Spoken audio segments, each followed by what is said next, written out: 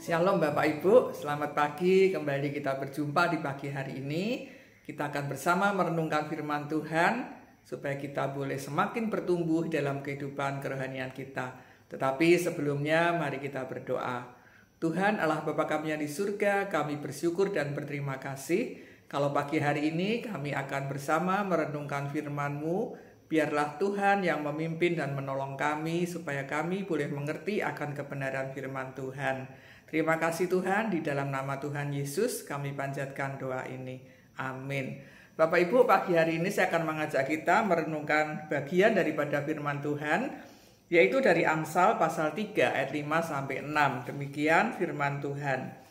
Percayalah kepada Tuhan dengan segenap hatimu, dan janganlah bersandar pada pengertianmu sendiri. Akuilah Dia di dalam seluruh hidupmu, maka Ia akan meluruskan jalanmu. Demikianlah firman Tuhan.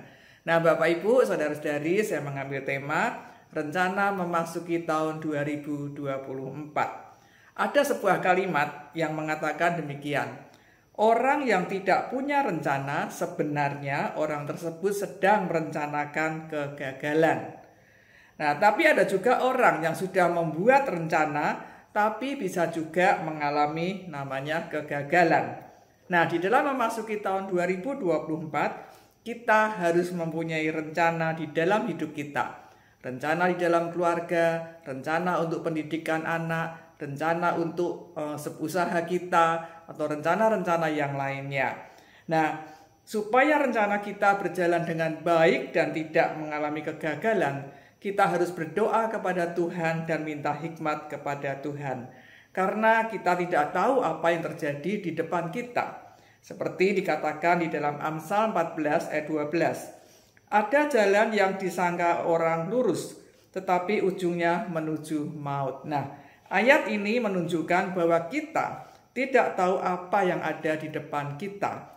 Tetapi Tuhan yang Maha Kuasa, Dia tahu segalanya atas hidup kita, bahkan apa yang ada di depan kita. Nah, Bapak Ibu yang dikasihi Tuhan, di dalam Yeremia 29 ayat 11 mengatakan demikian. Sebab aku mengetahui rancangan-rancangan apa yang kupikirkan mengenai kamu. Demikianlah firman Tuhan, yaitu rancangan damai sejahtera dan bukan rancangan malapetaka, untuk memberikan kepadamu masa depan yang penuh harapan. Nah, Tuhan memikirkan rancangan-rancangan damai sejahtera yang penuh harapan untuk masa depan kita.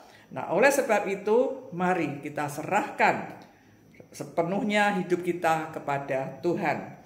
Ada 3 hal yang dapat kita lakukan menurut Amsal pasal 3 ayat 5 dan 6 yang kita baca tadi.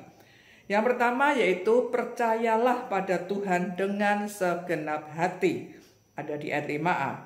Percaya di sini berarti yaitu berserah sepenuhnya kepada Tuhan. Dengan segenap hati artinya yaitu dengan seluruh kehidupan kita, baik pikiran, perasaan, dan perbuatan. Kita mempercayakan semuanya kepada Tuhan karena Dia tahu yang akan terjadi dalam kehidupan kita manusia. Segala kehidupan kita di masa lalu, sekarang, dan yang akan datang, Tuhan semuanya tahu. Oleh sebab itu, kita harus mempercayakan diri kita kepada Tuhan. Lalu yang kedua, jangan bersandar pada pengertian sendiri. Itu ada di ayat yang ke-5b. Bapak Ibu, saudara-saudari, seringkali kita bersandar pada kehebatan dan kepandaian manusia, juga dengan kemajuan teknologi. Tapi firman Tuhan mengingatkan supaya kita jangan bersandar pada pengertian kita sendiri. Pengertian kita sangat terbatas, sedangkan Allah kita adalah Allah yang tidak terbatas. Oleh sebab itu, kita butuh pengertian ilahi.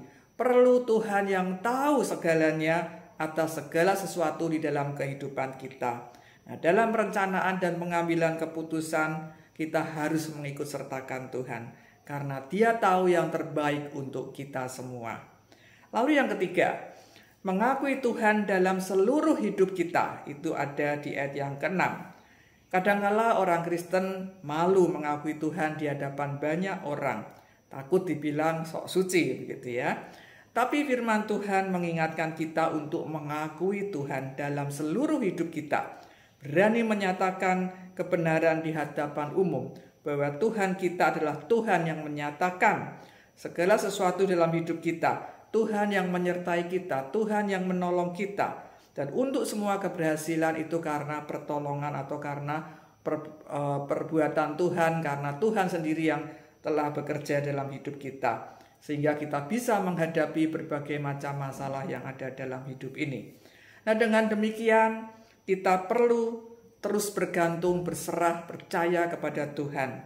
Kita tidak perlu khawatir khususnya menghadapi tahun 2024. Kita tidak tahu apa yang terjadi di depan kita. Kita tidak tahu situasi politik, situasi ekonomi, dan sebagainya. Tetapi segala rencana kehidupan kita tetap kita harus merencanakannya. Dan ingat, kita harus berdoa, kita harus minta hikmat Tuhan, dan kita harus mempercayakan semuanya ke dalam tangan Tuhan, artinya bergantung sepenuhnya kepada Tuhan. Mari kita terus membangun relasi yang baik dengan Tuhan, melalui persekutuan kita dengan Tuhan dan kesetiaan kita di dalam mempelajari dan membaca serta melakukan firman-Nya. Amin. Mari kita berdoa. Tuhan Allah Bapa kami yang di surga, kami bersyukur dan berterima kasih untuk firman Tuhan pada pagi hari ini yang kembali mengingatkan kami di dalam kehidupan bahwa kami harus membuat rencana. Tetapi ketika kami merencanakan sesuatu, khususnya dalam memasuki tahun 2024, biarlah kami memohon pertolongan Tuhan, mempercayakan semuanya ke dalam tangan Tuhan. Biarlah Tuhan yang ikut campur tangan di dalam setiap aspek kehidupan kami. Terima kasih ya Tuhan. Tolong kami, mampukan kami untuk kami boleh melakukan segala sesuatunya dengan baik karena Tuhan saja. Di dalam nama Tuhan Yesus Kristus kami panjatkan doa ini. Amin. Selamat pagi, selamat beraktivitas. Tuhan Yesus memberkati kita semua. Amin.